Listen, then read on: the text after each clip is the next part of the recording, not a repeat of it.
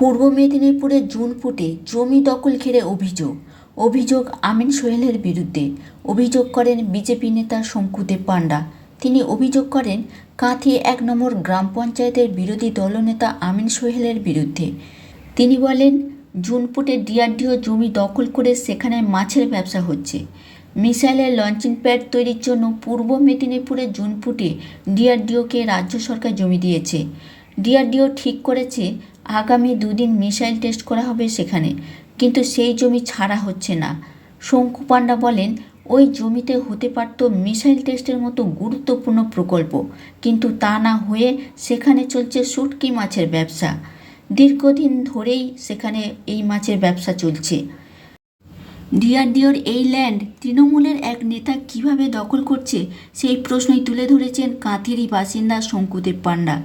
এ বিষয়ে তিনি কি বলছেন শুনুন। জুনপুটে আপনারা জানেন আমাদের ভারতবর্ষের সবথেকে ইম্পর্টেন্ট অর্গানাইজেশন, যারা ভারতের সুরক্ষা নিয়ে সবথেকে বেশি কাজ করে, যার নাম DRDO, defence research and development organisation. সেই অর্গানাইজেশনের একটা বিশেষ প্রকল্প এই জুনপুটে হতে চলেছিল, যা আগামী কাল থেকে 17 থেকে 19 তারিখ পর্যন্ত হতো। এখানে ডিফেন্সের নিজের জমি আছে।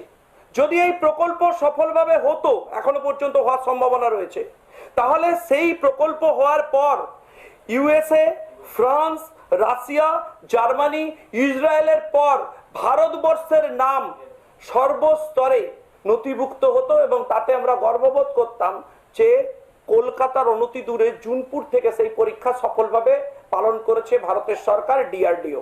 এই প্রকল্প হচ্ছে air two air missile coalition system.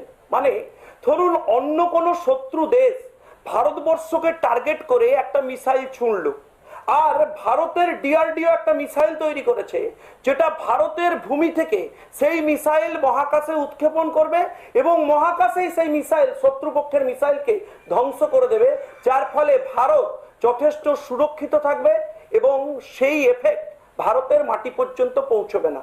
এই স্পেশাল প্রজেক্ট ডিআরডিও নিয়েছিল গত প্রায় 1 বছর আগে এবং তারা এই কাজ শুরু করে হচ্ছে চাঁদিপুরের এক্সটেন্ডেড যে এরিয়া, তাদের ডিফেন্স অ্যাক্টিভ এরিয়া, সেটা তারা তৈরি করে জুনপুটে।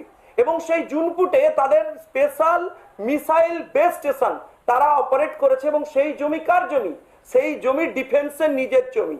শুনে রাখুন, আমি স্পেসিফিক্যালি অভিযোগ করছি, এই সোহেল, আমিন সোহেল, বড় নেতা তৃণমূল কংগ্রেস, এর নেতৃত্বে এই জমি অধিগ্রহণ করে ফেলা হয়েছে। এলাকায় শুটকি মাছের ব্যবসার নাম করে ডিফেন্সের জমি, মিসাইল সেটআপের জমির মধ্যে শুটকি মাছ শোকানো হচ্ছে এবং ডিফেন্সের জমি অধিগ্রহণ করে ডিফেন্সের ডিআরডিওর সায়েন্টিস্টদের দফায় দফায় অত্যাচার করে তারা যাতে প্রজেক্ট না করতে পারে তার জন্য সেখান থেকে তাড়ানোর ব্যবস্থা করা হয়েছে। এবং আমি এতটা পর্যন্ত হলে ঠিক ছিল, লেটেস্ট নির্দিষ্ট অভিযোগ করছি, ডিআরডিওর এই প্রকল্প তবেই উনি করতে দেবেন যদি ওনাকে তোলা দেওয়া হয়।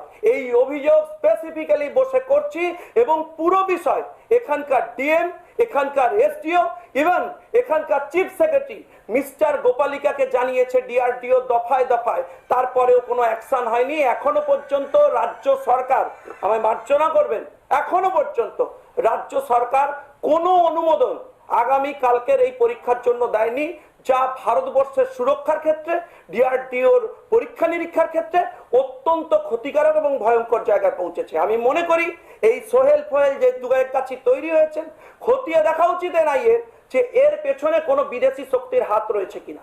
কোন লেভেলে এরা তোলাবাজিতে পৌঁছেছে আমি সরাসরি জানতে চাই।